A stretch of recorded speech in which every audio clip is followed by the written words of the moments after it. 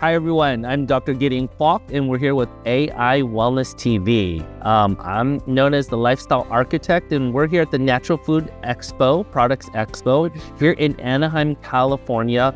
And we're really delving into food as medicine and how it's going to affect us in wellness and kind of unfolding where we are moving towards in the industry of food nutrition and science. And so today we're going to really talk about, I guess the theme is kind of infinite wellness. Like, what are we looking for as far as what we consider infinite wellness? Longevity, sustainability, things that are going to help us with our well-being, our health in that long-term aspect of it. And so what better way than to actually bring the founders and the movers and shakers in the industry to start talking to us about what's going on in the industry, what products they have, kind of the story behind it. So we have John here with Food Theory, and they have some really, really amazing products. They are also a supplier.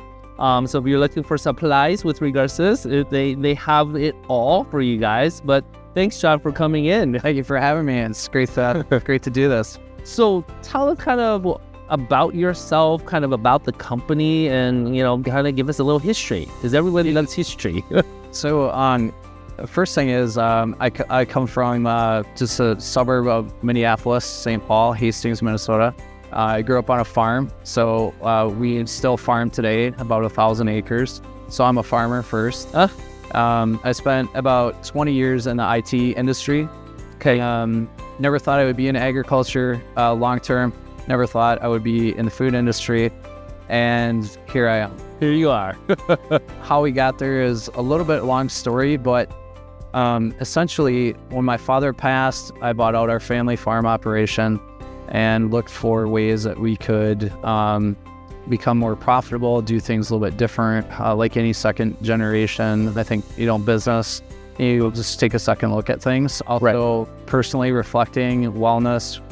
What do you want to do and how do you want to leave the world? What's your purpose and impact in life? Right. And being in IT wasn't really doing that. I've always been sort of an entrepreneurial, sales-minded person. So we started doing some things differently. And then in 2017, Minnesota had the opportunity to grow hemp for the first time, industrial hemp. CBD wasn't a thing at the time. Cannabis was not what it is today.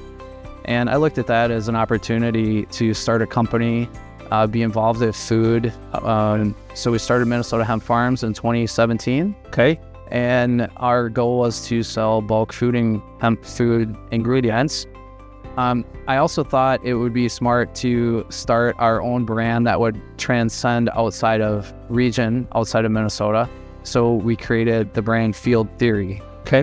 And really in that first 12 months, we went from never planting hemp before to growing hemp, processing it, and selling it to food brands, as well as putting it in our own brands. And, we have a great business of doing hemp, but hemp is one great ingredient. Yes. And we wanted to diversify. So we grow contracts with a small, intimate grower network. Many different crops, sunflower, buckwheat, sorghum, edible beans, a lot of different things, probably leaving some right now. But basically we grow, contract those, and process those and sell finished food ingredient in our bulk business. Okay. And then we've continued to develop our CPG and retail business as well to expand those products. We're also involved in some upcycling. So we have recycled products using spent brewer's grain that we transform into a flour and use that in our pancake and muffin mix. Amazing. So you're not wasting anything. not wasting it.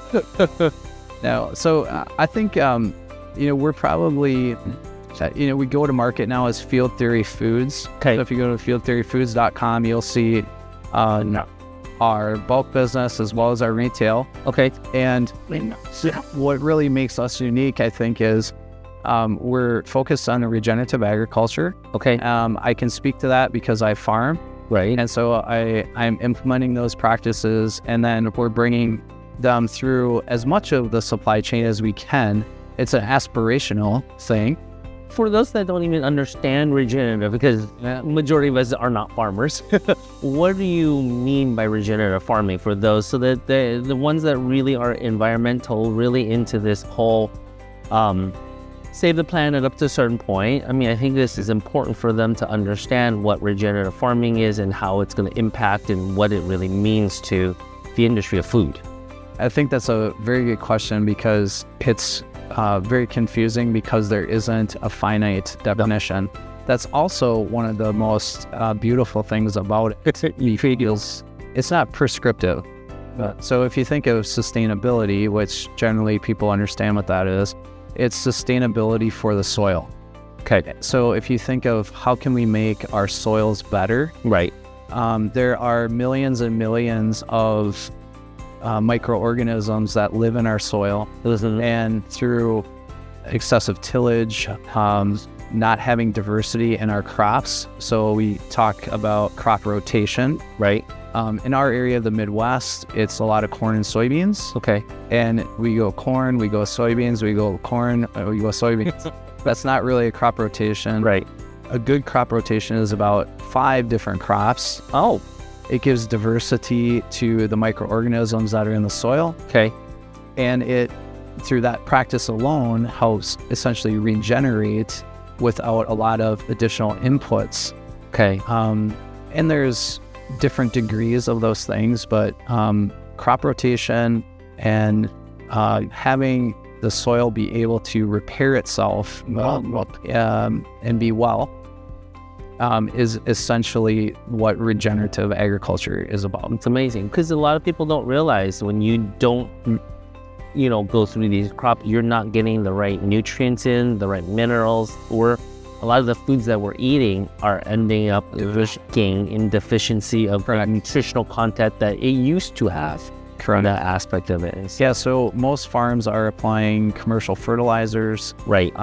There's a lot of debate about organics versus, pesticides and GMOs. Yep. And, the goal of regenerative agriculture is to not necessarily eliminate those, right, unless you're organic. But we can do a lot of great good for I talk about organics as about 2% of the soils in the world are organic. 98% of them are farmed in some conventional manner. Yep. So what we try to do is promote soil health principles, reducing chemicals and pesticides and synthetic fertilizers, and implementing cover crops. So we have our soils with something growing in them for a longer period. Okay. And all of those principles roll up into soil health benefits, which are falling under the regenerative agriculture ban. Amazing. I love that, because, we look at ourselves and we're all into regenerative medicine and the new term, but people don't realize how it actually is important for the environment and the farming aspects of it to have this concept actually be brought out, so that we get better quality foods, better nutritional foods that are produced out in the marketplace. So exactly. Aspect of it. So definitely applaud you on that aspect of it. You'd mentioned nutrient density as well. Yeah. So I think we have a good bit of science right now on that. That regenerative systems tend to have more nutrient dense foods. I think we need a lot more research about that. For sure. But that is one of the reasons our customers from the brand side who buy bulk ingredients are looking for companies like us to give them transparency to the growing practices, and to also give them verification that when they make a regenerative claim, that is authentic. Amazing. That's awesome. Congratulations on that. Because it's hard. You have to put time, effort, money into something like this. It's not conventional, and you really, really have to be a little bit of a forward thinker to really, really push this type of agenda out there. Amazing. Well, thank you so much. Thank you. For coming on. If people are looking for you guys, how do they reach out to you? Field fieldtheoryfoods.com. Okay, fieldtheoryfoods.com. Awesome. Well, thank you so much for being on with us. Guys, this is what we're here to do, is educate you guys about what food should be about, which is medicine, and so this ties into that infinite wellness. Is not just what we can do for ourselves just with exercise, but even the foods that we eat and where the foods come from becomes now even more important on the aspect of it and what we're putting into our bodies. So thank you for that. This is AI Wellness TV. Look out for us. We are going to be dropping in, hopefully maybe some of these will be seen in some of the AI Wellness mirrors for our marketplace, AI Wellness vending machines, and definitely look out for us at the Mr. Olympia and the Anaheim Fit Expos coming down the road in August and October. So if you want, check us out, www.aiwellness.ai. Till then, we'll see you at the next AI TV episode.